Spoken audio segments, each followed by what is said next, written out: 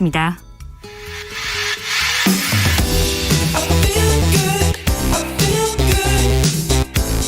세상에 이익이 되는 방송 최경영의 최강 시사. 네, 광주 현대산업개발 아파트 공사 현장에서 발생한 붕괴 사고, 2차 붕괴 위험으로 구조 수색 작업도 쉽지 않은 그런 상황인데요. 사고 현장을 직접 다녀오셨습니다. 예, 대한민국 산업현장 교수단 최명기 교수님이 연결돼 있습니다. 안녕하세요. 네, 안녕하십니까. 최명기입니다. 예, 교수님 광주 현장에 지금 다녀오신 거죠? 지금도 광주에가 있습니다. 아, 그렇군요. 이 현장 어떻습니까, 지금 상황이? 기술인 입장에서 봤을 때 참 가슴이 아프고요. 어떻게 이 21세기에 이런 사고가 발생이 됐는지 참 안타깝고 참 굉장히 참 마음이 씁쓸한 그런 상태인데요. 지금 현장 상황은 아마 이제 매스컴에서 많이 보셨던 것처럼 건물 자체가 이제 동쪽과 현재 서쪽에가 이제 각 아파트 세대가 있어요. 그러니까 이 건물은 총 4개 세대가 이제 들어가게 되는데 이번에 이제 붕괴가 됐던 데는 현재 남쪽 방향에 현재 A 세대, B 세대 이쪽에서 현재 약간 이제 거실 쪽 이쪽 부분이 현재 이제 파괴가 됐다 이렇게 보시면 되겠는데요. 지금 이제 동서쪽은 완전히 이제 붕괴가 좀 됐고요. 24층부터 시작해서. 그다음에 이제 남서쪽 같은 경우에도 현재 24층부터 현재 38층까지 코너부 이쪽이 현재 붕괴가 되어 있는 상태고, 어제 이제 드론을 이용해서 이제 항공으로 이제 촬영한 사진들을 보게 되면 현재 겉면, 외면 쪽만 현재 벽면만 세워져 있고, 거실 쪽이 현재 완전히 비어있는 그런 상태라 보시면 되겠습니다. 이 사람들 수색은 불가능합니까? 지금 어떻습니까? 지금 문제가 이제 수색대의 안전이 가장 또 큰 문제잖아요. 그렇죠. 정말 평택사고 그건 때문에요. 그렇죠. 지금 건물 전체가 붕괴될 가능성은 없지만은요. 이제 수색을 하는 과정 중에서 타워 크레인이 현재 넘어간다든지 또는 외벽이 현재 현재 혼자 서 있는 현재 외벽 이쪽 부분이 또 넘어갈 가능성이 있고, 또는 이게 붕괴가 되면서 이제 슬래브들이 현재 이렇게 층층에 쌓여 있거든요.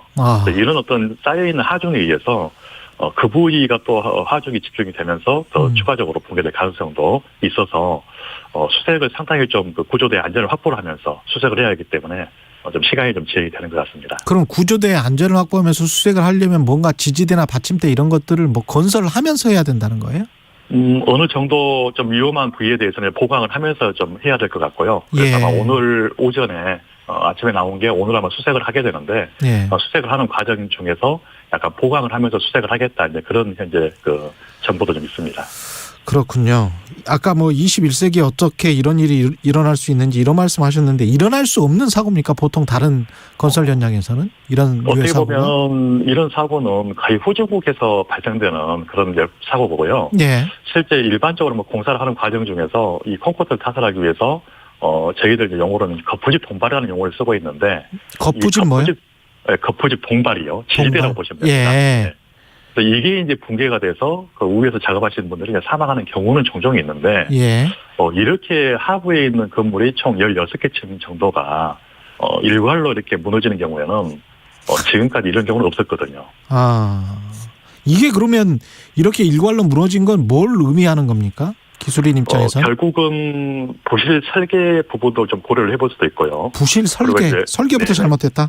네, 그렇죠. 그리고 실제적으로 아마 시공은 당연히 이제 잘못됐으니까 이런 문제가 생겼겠죠. 그래서 아마 이제 설계적인 측면에서는 이제 확인을 좀 더 해봐야 되는 사항이지만, 구조 자체가 좀 쉽게 무너질 수 있는 구조였다. 다시 말해서, 이게 이제 무량판 구조였다라고 해서 아마 옛날 삼풍백화점 아마 구조가 비슷하다 이렇게 이제 얘기를 하게 되는데요. 이 구조는 이제 건물이 고가 없고, 그냥 기둥하고 슬랩으로 이게 구성이 돼 있다 보니까 힘을 더 많이 받는다는 거예요. 건물 자체가. 그래서 쉽게 무너질 수 있는 구조에 따라는 그런 가정도 생각을 해볼 수가 있고요. 그다음에 설계가 잘못돼 있다 하더라도 시공하는 과정에서 이 콘크리트 자체가 충분히 견뎌주면 되는데 이걸 견뎌주지 못해서 붕괴가 됐거든요. 결국은 이 이야기는 부실 시공이 있었다는 이야기입니다. 가장 첫 번째 이제 들 수 있는 부분이 콘크리트가 영하의 날씨에 이제 콘크리트 타설하다 보니까 이게 콘크리트가 굳는 게 아니고 이제 얼어버린 거예요. 아. 그러다 보니까 어떤 힘이 가해졌을 때 이게 이제 제 능력을 발휘를 못해서 예. 무너졌을 가능성도 현재 가장 농후하게 제가 생각을 하고 있는 부분은 이제 그 부분이고요. 예. 그리고 아마 콘크리트에다가 이제 외부적인 어떤 그런 요소들, 예를 들어서 뭐 그날 바람이 굉장히 세게 불었고요. 축구식 예. 같은 경우에는. 그리고 현재 크레인이 또 회전을 하면서 어떤 힘을 또 콘크리트 구조물에 이렇게 이제 가해지게 됩니다. 왜냐하면 예. 크레인 자체가 넘어지지 않게끔 콘크리트하고 크레인을 이렇게 연결해주는 이런 지지대들이 있는데, 이 크레인을 사용하다 보면 이 지지대의 힘이 가해져서 역시 구조물에 힘을 가했을 것이다라고 생각할 수가 있고요. 그리고 그날 또 이렇게 콘크리트 탓을 했는데, 예. 이 탓을 하는 과정에서 또 역시 힘이 밑에 쪽으로 이렇게 가해졌을 가능성이 있어서 결과적으로는 설계부터 시공, 그리고 또 외부적인 요인, 이게 이제 복합적으로 작용이 되면서 이번 사건을 야기한 것 같습니다. 날씨 같은 경우에 뭐 영하의 날씨, 그다음에 바람의 강도 뭐 이런 거에 따라서 야외 공사 건설업을 할 수 없다 뭐 이런 기준 같은 건 혹시 없습니까?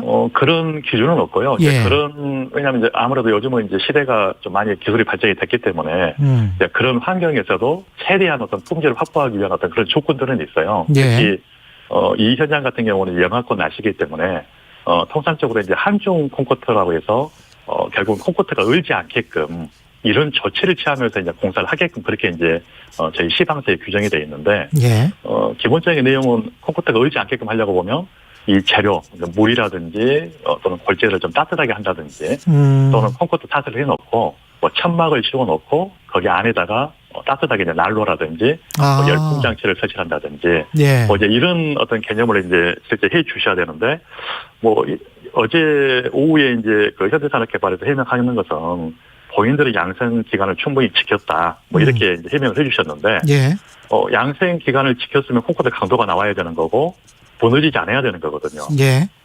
결국은 양생 기간을 지켰다 하더라도 이 강도는 일단 안 나올 걸로 보여요. 결국은 양생 기간을 충분히 뭐 지켰다든지 지키지 않았을지라도 콘크리트가 실제 굳어 있는 건 아니다, 얼어 있다, 이렇게 이제 저는 보고 있습니다. 그러면 이 사고의 원인이 밝혀지면 현대산업개발은 어떤 책임을 지게 되는 건가요? 기본적으로 거기 관련된 그 기술자나 또는 실제 그 회사에 대해서는 이제 벌점이 부과가 되게 되고요. 예. 현재 그 건설산업 기본법에 따라서 영업정지까지 갈 수 있는 그런 부분이 되겠습니다. 아직 뭐 중대재해처벌법이 시행이 안 돼서 뭐 사업체에 대해서는 적용은 안 되겠지만은요.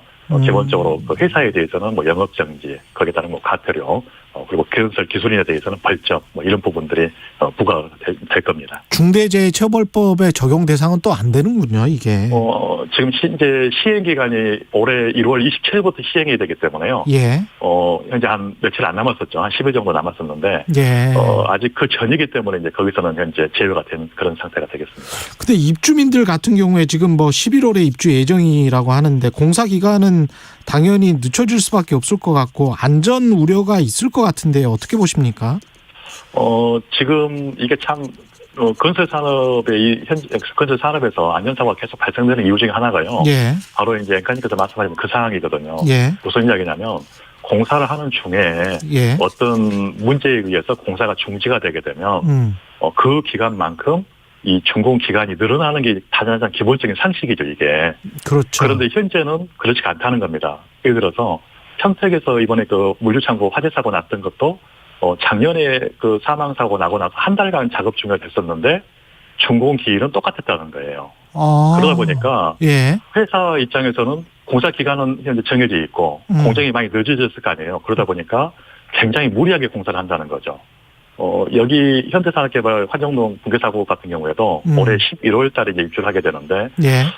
제가 보는 관점에서는 상당히 공정이 좀 늦은 상태라고 파악이 좀 되고 있는데. 그러면 계약서상에 뭐 공사 기간이 늦춰지면은 뭐 이자를 뭐 얼마를 지급해야 된다 뭐 이런 조항들 때문에 혹시 그런 건가요? 그렇죠. 예를 들어서 뭐 이 사업을 아마 수행을 할 때 금융에서 아마 이제 대출을 받아서 아마 이제 사업을 하게 되고 하다 보니까 금융 이자도 있을 거고요. 예. 그리고 이제 입주민들에게 이제 그 기간을 못 지켰기 때문에 거기에 따른 연체료 부분도 있을 거고요. 그렇습니다. 그래서 통상적으로 현장에서 이제 그런 부분 때문에 공지를 최대한 당겨서 그 기간 내에 갖다 하려고 하는 그런 경향들이 있거든요. 그러다 보니까 뭐 야간 작업이 됐든 돌간 작업이 됐든 이런 작업을 하다가 사고가 나는 게 일반적인 그런 메커니즘입니다. 근데 입주민들 입장에서는 다 다시 철거를 하고 제대로 뭐 안전이 완전히 확인된 다음에 입주를 해야 되는 것 아닌가 이렇게 이제 주장할 수밖에 없을 것 같은데요.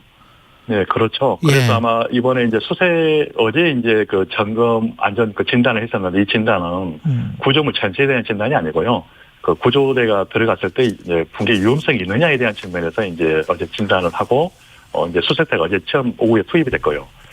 그리고 이 수색 작업이 끝나게 되면 이제 본격적으로 이 건물 자체가 이제 문제가 있는지 없는지에 대해서 아마 안전 진단을 아마 하게 될 겁니다.